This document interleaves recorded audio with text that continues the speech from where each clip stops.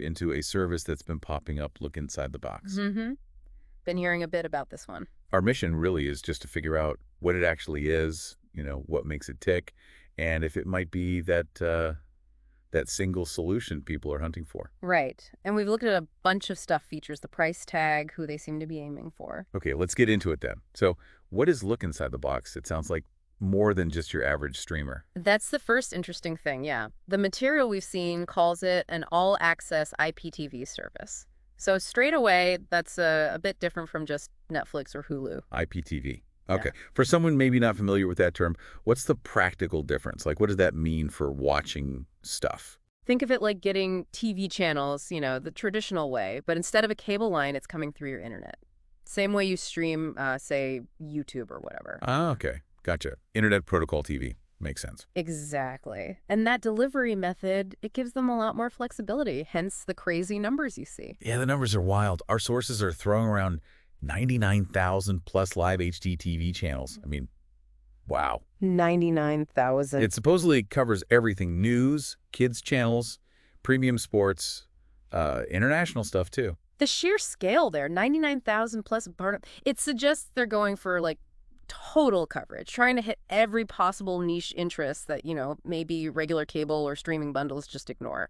But is there a catch? Like, how do you even find anything in all that? That's the million-dollar question, isn't it? It could be amazing, like finding hidden gems constantly, or it could feel like wading through, I don't know, a giant digital junk drawer.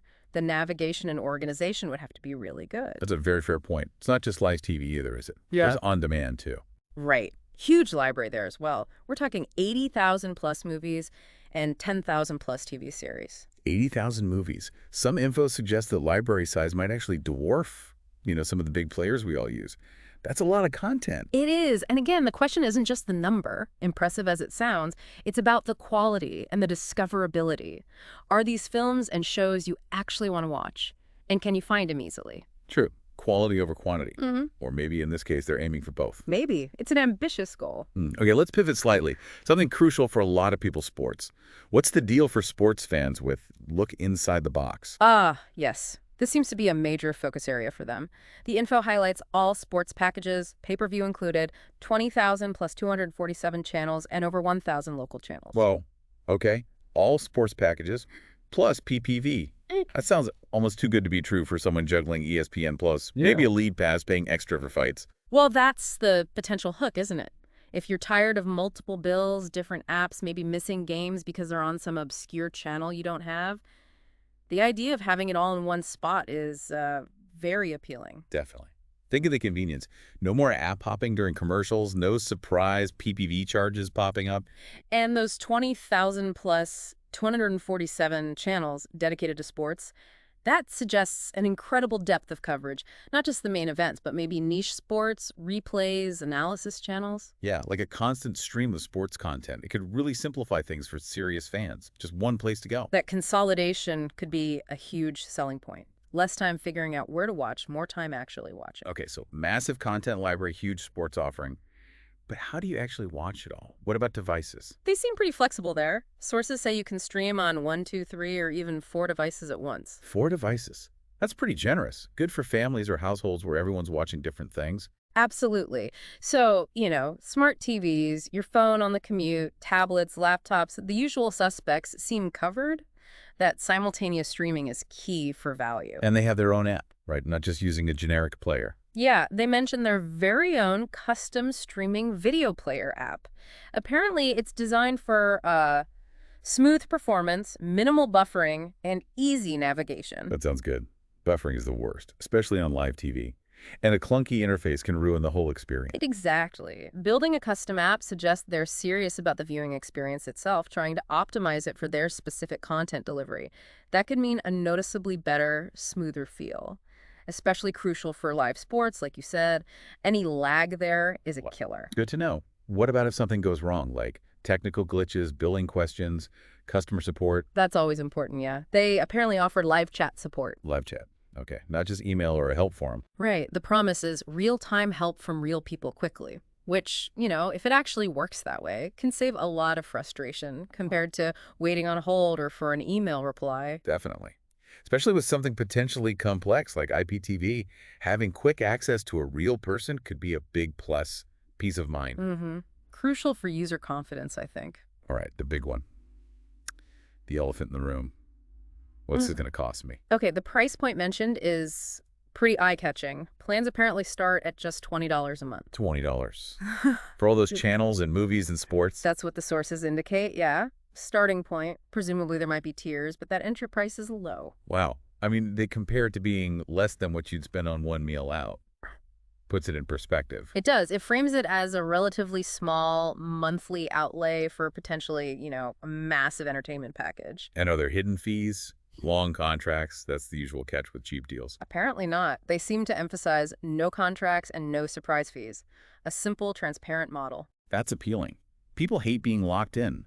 And those surprise charges on cable bills are legendary. Right. That flexibility to subscribe or cancel month to month is something consumers really value now. It puts you in control. So, okay. Massive library, all the sports, flexible viewing, decent support, low price, no contract. Who is this really designed for? Who benefits most?